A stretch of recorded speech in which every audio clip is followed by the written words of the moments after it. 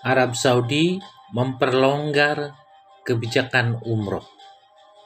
Selain membuka seluas-luasnya jumlah kuota jamaah umroh dan memperlonggar proses penerbitan visa umroh, Saudi juga membuka akses jamaah mencium Hajar Aswad. Yuk, subscribe Spirit Haji Mabrur agar lebih bersemangat berkarya. Syukron, jazakumullah. Assalamualaikum warahmatullahi wabarakatuh, Sobat Spirit Haji Mabrur. Info Umroh 2022. Mulai 1 Muharram 1444 Hijriah, rombongan pertama jamaah umroh yang datang dari luar Arab Saudi mulai berdatangan untuk menunaikan ibadah umroh pada tahun ini.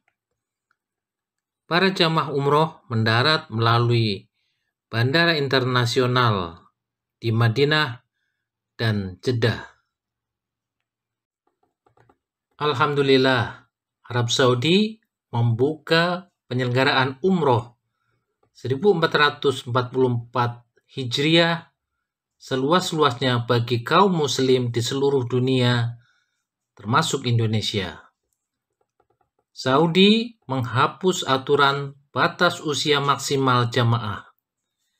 Kini, semua umur bisa berangkat menunaikan ibadah umroh di Tanah Suci. Setelah berhasil menggelar Hajat Akbar Haji tahun 2022 minim kasus COVID, pemerintah Arab Saudi langsung tancap gas menggeber umroh dengan memperlonggar kebijakan umroh untuk menjaring banyak jamaah umroh pada 1444 Hijriah atau 2022 Masehi. Kementerian Agama RI dan Kementerian Haji dan Umroh Arab Saudi membahas kebijakan penyelenggaraan umroh 1444 Hijriah. Delegasi Indonesia dipimpin Direktur Umroh dan Haji Khusus Kemenak Nur Arifin. Sementara Dirjen Administrasi Umum Urusan Perusahaan dan Muasasah Umroh Kementerian Haji dan Umroh Kerajaan Arab Saudi Abdurrahman Assaqaf memimpin pertemuan di Makkah.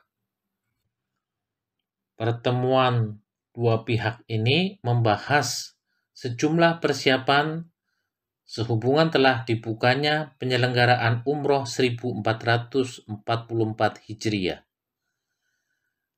Kementerian Agama RI perlu mengupdate kebijakan Arab Saudi dalam penyelenggaraan umroh, khususnya setelah 2 tahun pandemi COVID-19. Nur Arifin menyampaikan pertemuan dua pihak ini membahas sejumlah persiapan sehubungan telah dibukanya penyelenggaraan umroh tahun 1444 Hijriah. Kementerian Agama RI perlu mengupdate kebijakan Arab Saudi dalam penyelenggaraan umroh, khususnya setelah 2 tahun pandemi. Inilah poin penting kebijakan umroh Saudi pasca Haji 1443 Hijriah.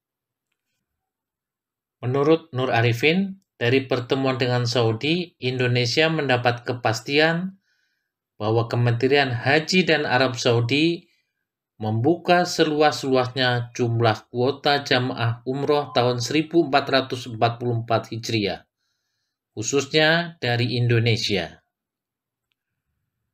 Proses penerbitan visa tidak lagi harus melalui provider visa di Indonesia. Penyelenggara perjalanan ibadah umroh PPIU kini bisa langsung bekerjasama dengan provider visa di Arab Saudi yang sudah diakui Kementerian Haji dan Umroh Saudi. Masa berlaku visa umroh yang awalnya hanya sebulan, kini menjadi 3 bulan.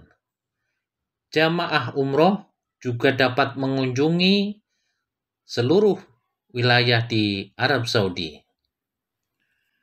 Kebijakan Kementerian Haji dan Umroh Arab Saudi terkait dengan penerbitan visa umroh bagi jamaah umroh dari Indonesia masih tetap business to business.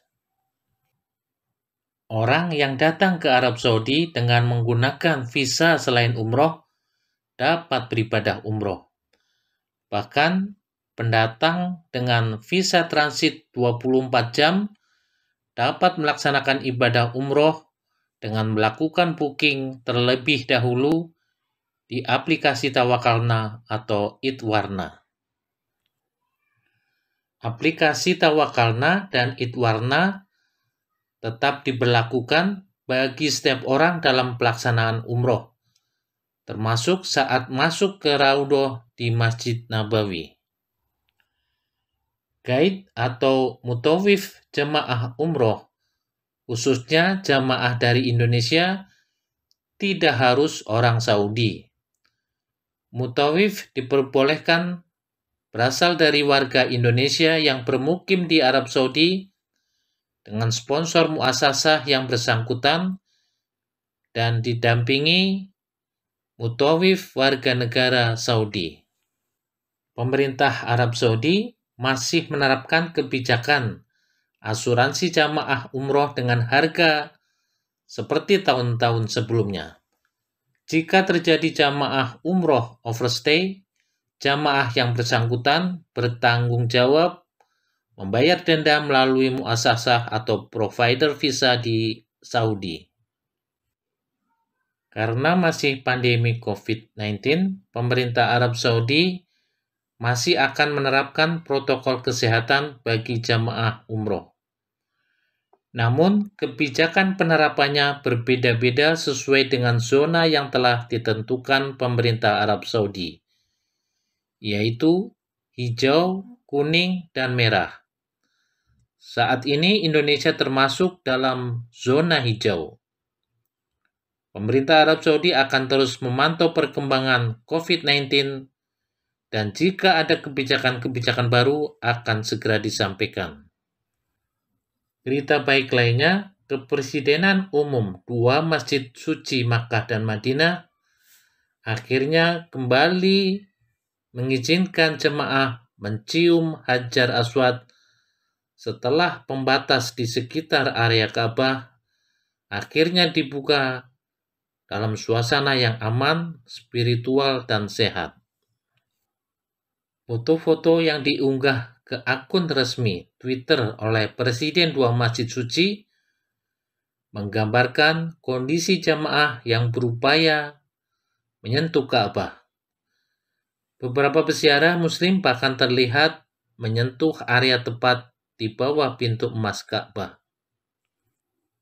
Info ini tentu menjadi kabar gembira bagi seluruh masyarakat Muslim di dunia. Akses mencium Hajar Aswad ditutup lebih dari 2 tahun akibat pandemi sejak Februari 2020. Larangan akses ini dilengkapi dengan pemberian pembatas di sekeliling Ka'bah sehingga tidak ada jemaah yang bisa melanggar dan memasuki area ini. Kini saatnya jamaah dari seluruh dunia, termasuk Indonesia, untuk menunaikan ibadah umroh.